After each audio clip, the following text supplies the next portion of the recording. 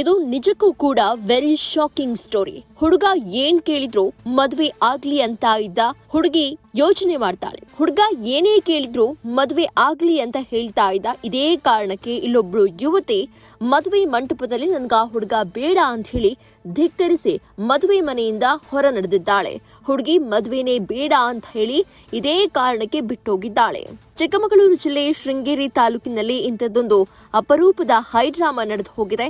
ಅವನಿಗೆ ಮೊದಲ ಮದುವೆಯಾಗಿತ್ತು, ಆಕೆಗೆ ಇದು ಎರಡನೇ ಮದುವೆ ಮಂಟಪದಲ್ಲಿಯೇ ಈ ಮದುವೆ ಮುರಿದು ಬಿದ್ದಿದೆ. ಶೃಂಗೇರಿ ಪಟ್ಟಣದ ಈಡಿಗ ಸಮುದಾಯ ಭವನದಲ್ಲಿ ನಡೀತಾ ಇದ್ದಂತಹ ಮದುವೆ ಇದಾಗಿತ್ತು.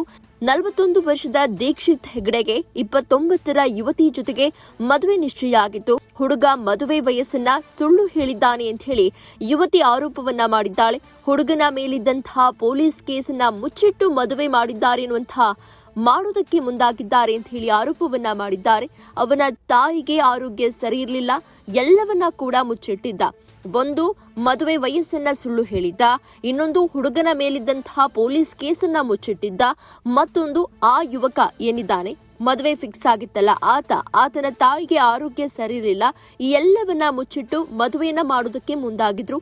ಹಾಗಾಗಿ ನನಗೆ ಈ ಮದುವೆ ಈಗ ಇಷ್ಟ ಇಲ್ಲ ಅಂತ ಹೇಳಿ ವಧು ಏನ್ ಮಾಡಿದ್ದಾಳೆ, ತಾಳಿ ಕಟ್ಟೋದಕ್ಕೆ ಇನ್ನೇನು ಕೆಲವೇ ಕ್ಷಣಗಳು ಬಾಕಿ ಇದ್ದಂತಹ ಸಂದರ್ಭದಲ್ಲಿ ಮದುವೆ ನನಗ್ ಬೇಡ ಅಂತ ಹೇಳಿ ಪೊಲೀಸರಿಗೆ ಕರೆ ಮಾಡಿದ್ದಾಳೆ. ಮದುವೆಗೆ ಮೊದಲು ಏನ್ ಕೇಳಿದ್ರು ಕೂಡ ಮದುವೆ ಆಗ್ಲಿ ಆಮೇಲೆ ಹೇಳ್ತೀನಿ ಅಂತ ಹೇಳಿ ಹುಡುಗ ಹೇಳ್ತಾ ಇದ್ದಂತೆ ಮದುವೆ ಮಂಟಪದಿಂದ ಮದುವೆ ಬೇಡ ಅಂತ ಹೇಳಿ ಕೊನೆ ಕ್ಷಣದಲ್ಲಿ ಯುವತಿ ಹೊರ ನಡೆದಿದ್ದಾಳೆ. ಆಕೆಗೂ ಇದು ಎರಡನೇ ಮದುವೆಯಾಗಿತ್ತು. ಆಕೆಗೆ 9 ವರ್ಷದ ಮಗ ಕೂಡ ಇದ್ದಾನೆ. ಹುಡುಗನ ಬಗ್ಗೆ ಹುಡುಗಿಗೆ ಅಪರಿಚಿತರು 5 ಪುಟಗಳ ಕಂಪ್ಲೇಂಟ್ ಬರೆದಿರುವಂತಹ ಆರೋಪ ಇದೆ. ಸ್ಥಳಕ್ಕೆ ಸಿಡಿಪಿಒ ಹಾಗೂ ಪೊಲೀಸರು ಭೇಟಿ ನೀಡಿ ಯುವತಿಯ ಮನವೊಲಿಸೋದಕ್ಕೆ ಪ್ರಯತ್ನ ಪಟ್ರು, ಆದ್ರೆ ಆಗ್ಲಿಲ್ಲ. ಯುವತಿ ಯಾವುದೇ ಕಾರಣಕ್ಕೂ ನಾನು ಈತನನ್ನ ಮದುವೆ ಆಗೋದಿಲ್ಲ ಅಂತ ಹೇಳಿ ಧಿಕ್ಕರಿಸಿದ್ದಾಳೆ. ಈ ವೇಳೆ ಹುಡುಗನ ಮನೆಯವರು ಅಂದ್ರೆ ವರನ ಮದುವೆಯವರ ಆಕ್ರೋಶ ಭುಗಿಲೆದ್ದಿತ್ತು. ಯುವತಿಯನ್ನ ಪ್ರಶ್ನೆ ಮಾಡಿದ್ದಾರೆ, ತಳ್ಳಾಡಿದ್ದಾರೆ, ನೂಕಾಡಿದ್ದಾರೆ. ಯಾಕಾಗಿ ಈ ಮದುವೆ ಆಗ್ತಾ ಇಲ್ಲ ಅಂತ ಹೇಳಿ ಪ್ರಶ್ನೆ ಮಾಡಿದ್ದಾಳೆ. ಇನ್ನೆಷ್ಟು ಜನಕ್ಕೆ ಈ ರೀತಿಯಾಗಿ ಮೋಸ ಮಾಡ್ತೀಯಾ ಅಂತ ಹೇಳಿ ಪ್ರಶ್ನೆ ಮಾಡಿದ್ದಾರೆ. ಒಟ್ನಲ್ಲಿ ಮದುವೆ ಮನೆ ರಂಪಾಟದ ಮನೆಯಾಗಿ ಬದಲಾಗಿತ್ತು.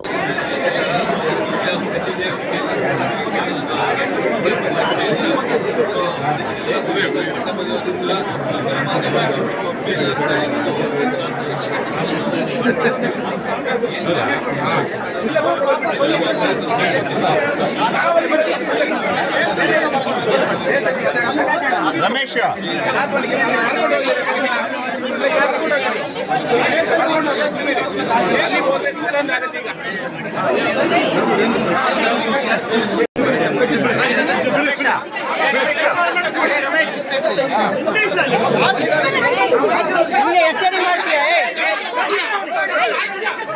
ಎಷ್ಟೇನೆ ಮಾಡ್ತೀಯ ಕೇಳೋ